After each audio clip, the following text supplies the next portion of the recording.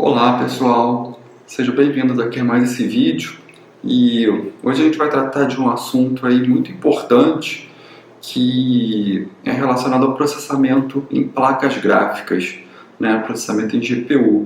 A gente sabe que nos últimos anos esses dispositivos eles evoluíram bastante em relação à capacidade de processamento, em relação às funcionalidades, né, e foi um dispositivo que surgiu justamente com o objetivo de aliviar o processamento da CPU, né? Já que antes, antes do início, né, dessa tecnologia de GPU, quem era responsável por todo o processamento de renderização, né, processamento de física, processamento de até a própria animação em algumas simulações, era justamente a CPU, né? Então, com o objetivo de possibilitar, né, um avanço nessas tecnologias de renderização e possibilitar um realismo um pouco maior nessas simulações, né, principalmente aí nos jogos, surgiram essas placas gráficas. E é importante a gente lembrar, né, que lá no início do surgimento aí desses dispositivos, as funcionalidades e a forma de acesso dessas funcionalidades eram definidas pelo próprio fabricante. Então, cada fabricante especificava um conjunto aí de instruções que poderiam ser utilizadas pelo desenvolvedor para ter acesso àquelas funcionalidades. Com isso, né, qual era o grande problema disso? Era que o suporte para cada modelo e cada fabricante de placa, né, ele tinha que ser feito manualmente pelo desenvolvedor. Enquanto que um desenvolvedor, por exemplo, especificava o comando X para ativar uma funcionalidade, o outro desenvolvedor, né, para essa mesma funcionalidade, especificava o comando Y. Então, com isso, a gente não tinha uma normalização dessas instruções, né, o que dificultava muito a programação e o desenvolvimento para simulações, né, nesse período. Bom, então, dado esse problema aí de normalização, né, pouco depois do surgimento dessas primeiras placas gráficas, surgiram duas APIs, a OpenGL e a DirectX. Então, o objetivo dessas APIs era justamente facilitar, né, o acesso a essas funcionalidades desses dispositivos gráficos, independente do fabricante, independente do modelo da placa, etc. Então, essas APIs, elas vieram justamente com esse conceito, né, de normalizar aí o acesso às funcionalidades nesse conjunto de placas gráficas diferentes disponíveis no mercado. Bom, então a partir daí, né, o custo de produção, de simulações, né, de jogos que davam suporte a determinadas placas gráficas acabou ficando muito mais simples, né, porque o que a fabricante precisava fazer era simplesmente implementar uma interface de acesso, né, uma interface que é definida tanto pelo DirectX quanto pelo OpenGL para acesso a essas funcionalidades. Então, eu tinha apenas um comando específico para poder ativar uma funcionalidade, para poder configurar uma funcionalidade, e esse comando específico, caso a placa dispusesse aí dessa funcionalidade, a fabricante tinha que fazer a implementação dessa instrução ali no próprio hardware. Então, a gente, como desenvolvedor, precisava ter somente conhecimento de uma função, e essa função, né, ela era implementada pelas fabricantes. É como se fosse uma interface, né, uma interface de acesso. Bom, então nesse mercado de placas gráficas, ou GPUs, a gente tem duas empresas muito importantes que estão até hoje no mercado, né, que são a NVIDIA e a ATI, né, são duas grandes aí fabricantes de placas gráficas. E aí, falando um pouco sobre esse modelo de processamento daquelas primeiras placas gráficas, né, que são placas gráficas já com suporte DirectX, já com suporte ao PGL, a gente tinha o que nós conhecemos como pipeline fixo, né? Ou seja, é justamente como eu comentei. Você tem a funcionalidade disponível ali naquela placa e aí o desenvolvedor, através de uma instrução de OpenGL ou de DirectX, ele ativa ou desativa aquela funcionalidade. E além disso, ele pode configurar, né, essas funcionalidades. Por exemplo, eu posso ativar um ponto de luz e posso configurar se esse ponto de luz ele é direcional, né, se ele é pontual. Então eu tinha essas opções, né? A API OpenGL DirectX ela possibilitava que eu ativasse e que eu desativasse essas funcionalidades. E aí, dado que essas funcionalidades elas só eram configuráveis, né, ou ativadas ou desativadas, o que acontecia é que naquela época a gente tinha jogos que eram muito parecidos. Se vocês pegarem, por exemplo, o Quake e o Doom, que são jogos, né, mais ou menos foram desenvolvidos na mesma época, vocês podem ver que eles são muito parecidos. Bom, e aí após algum tempo surgiram o que a gente chama de pipeline programável. O pipeline programável ele diferenciava-se do pipeline fixo por possibilitar que alguns estágios do pipeline pudessem ser programados, utilizando aí uma linguagem de programação, né? Uma linguagem de programação para GPU, que a gente chama de shader. Bom, e aí, inicialmente, somente alguns dos estágios do pipeline, eles de fato podiam ser programados, né? A gente tem, inicialmente, o estágio de vértice e o estágio de fragmento. Né? Esses dois estágios, eles foram os primeiros estágios que o desenvolvedor conseguia chegar lá e mudar a funcionalidade de como, né, esse estágio ele executava através das linguagens de shader.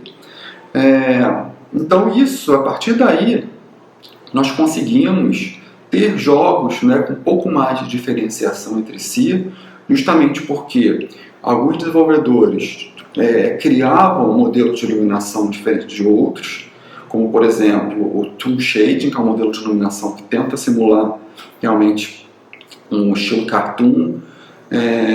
Outros modelos de iluminação, né, que trabalhavam, por exemplo, com iluminação por fragmento ao invés de iluminação por vértice. Então, são somente algumas das funcionalidades que possibilitaram que os jogos começassem a ser diferenciados, né? E uma outra característica dessas arquiteturas da época é que a gente tinha os processadores na GPU, né, especializados para cada atividade. Então, a gente tinha processador de vértice e processador de fragmentos. Os processadores especializados em vértices, eles não poderiam processar fragmentos e vice-versa, né? Então, normalmente, os processadores de fragmentos eles eram em números maiores na própria placa gráfica, já que normalmente, né, o número de fragmentos a serem processados ele é maior do que o número de vértices, tá? Então, a gente chegou no modelo aí de pipeline programável. Posteriormente, outros estágios, né, tiveram a capacidade de serem programados, como o estágio de tessellation, né, que hoje em dia já é programado, e outros estágios foram tendo essa possibilidade. Tá? Mas antes disso acontecer, né, aconteceu uma coisa muito importante. A gente teve um fato muito importante, que foi o desenvolvimento, né, de uma arquitetura unificada. O que é uma arquitetura unificada? É uma arquitetura onde a gente não tem mais a especialização desses processadores na GPU. Ou seja, qualquer processador pode processar qualquer coisa. Bom, então a partir da arquitetura unificada, cada processador, né, ele poderia trabalhar com qualquer tipo de dado, processar qualquer tipo de dado, tanto de fragmento quanto de vértice. Então eu acabei eliminando essa restrição, né? Com isso, com a arquitetura unificada, a gente começou a caminhar para processamento não gráfico na GPU, né? Processamento não gráfico na GPU é um processamento de dados que não são necessariamente voltados para gráficos. Então, por exemplo, a gente poderia pensar em ter um sistema de multiplicação de matrizes, né, sendo realizados aí na GPU. Tá? E dessa forma, né, com essa evolução e com essa capacidade crescente de processamento das GPUs, vislumbrou-se o quê? A gente realmente trabalhar com a GPU para resolver problemas não relacionados a gráficos, né? Já que, se a gente comparar a capacidade de processamento de uma GPU com uma CPU, né, a gente vai ver que a GPU está 1000 vezes à frente em relação à capacidade de processamento, em relação à capacidade, né, de processamento em paralelo, quando comparados com a CPU. Tá? Então, baseado nisso, o que aconteceu? Né? Alguns pesquisadores viram essa possibilidade de desenvolver, de resolver problemas não gráficos na GPU, e a NVIDIA, né, verificando que essa demanda realmente existia. Bom, então aí, né, a NVIDIA ela lançou a linguagem CUDA, que significa Computed Unified Device Architecture, que que tem justamente o objetivo de possibilitar o acesso a esse dispositivo gráfico, né, que tem um poder computacional aí absurdo, para pesquisadores que quiseram, né, pesquisadores ou empresas ou indústrias que querem trabalhar com a GPU para resolver problemas de uso geral, né, problemas não gráficos. Tá? Consequentemente, né, isso foi possível justamente por conta da arquitetura unificada, já que agora, né, todos os processadores na GPU eles podem processar qualquer tipo de dado, né, não são mais especializados. Bom, então isso possibilitou o quê? Possibilitou que essas aplicações, né, elas pudessem ser executadas com uma performance muito maior, né, se comparadas aí à CPU. Tanto por parte de pesquisadores quanto da indústria, né, eles viram essa possibilidade na GPU e começaram a portar a sua simulação, né, o seu problema para serem executados na arquitetura de GPU. Tá? Então isso só foi possível, novamente, né, graças à arquitetura unificada, já que agora a gente não tem mais processadores especializados. E isso é uma forma aí, né, de possibilitar que problemas, né, ou dados não relacionados a gráficos pudessem ser processados.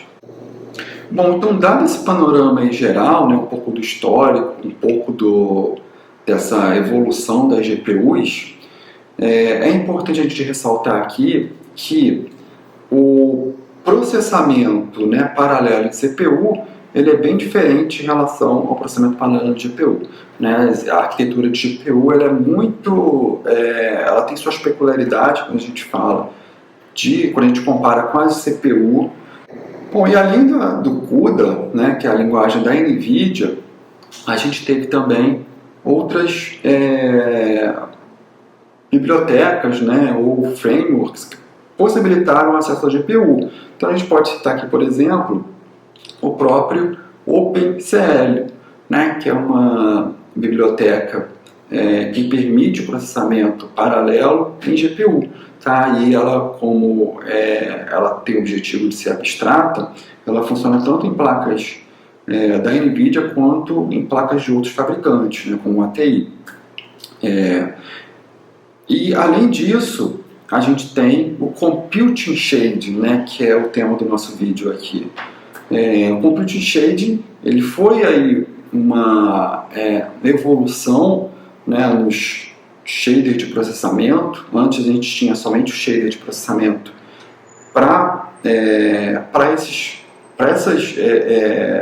estágios do pipeline, né? Então a gente tinha lá o shader de fragmento, shader de vértices, shader de tessellation, e agora o compute shader ele vem justamente para poder possibilitar que você saia desse pipeline, né? Ou seja, que você crie realmente programas que são executados diretamente na GPU, independentemente do pipeline de renderização. Tá? E aí, né, é importante a gente ressaltar que ele está disponível somente no modelo 5.0, né, o Shader Model 5.0, e dessa forma você consegue criar, né, qualquer programa usando a linguagem Shader para poder processar inclusive qualquer tipo de dado. Tá? Não precisando mais, né, ficar aí atrelado a processamento, a linguagens, na verdade, da própria NVIDIA, como o CUDA ou do próprio OpenCL. Né? E o tema desse vídeo aqui é justamente mostrar um pouco sobre como esse processamento, como a gente pode criar programas que rodem em GPU utilizando programação em shader. Tá? Bom, pessoal, então com isso nós finalizamos o vídeo aqui. Então, um abraço a todos e nos vemos aí nos próximos vídeos.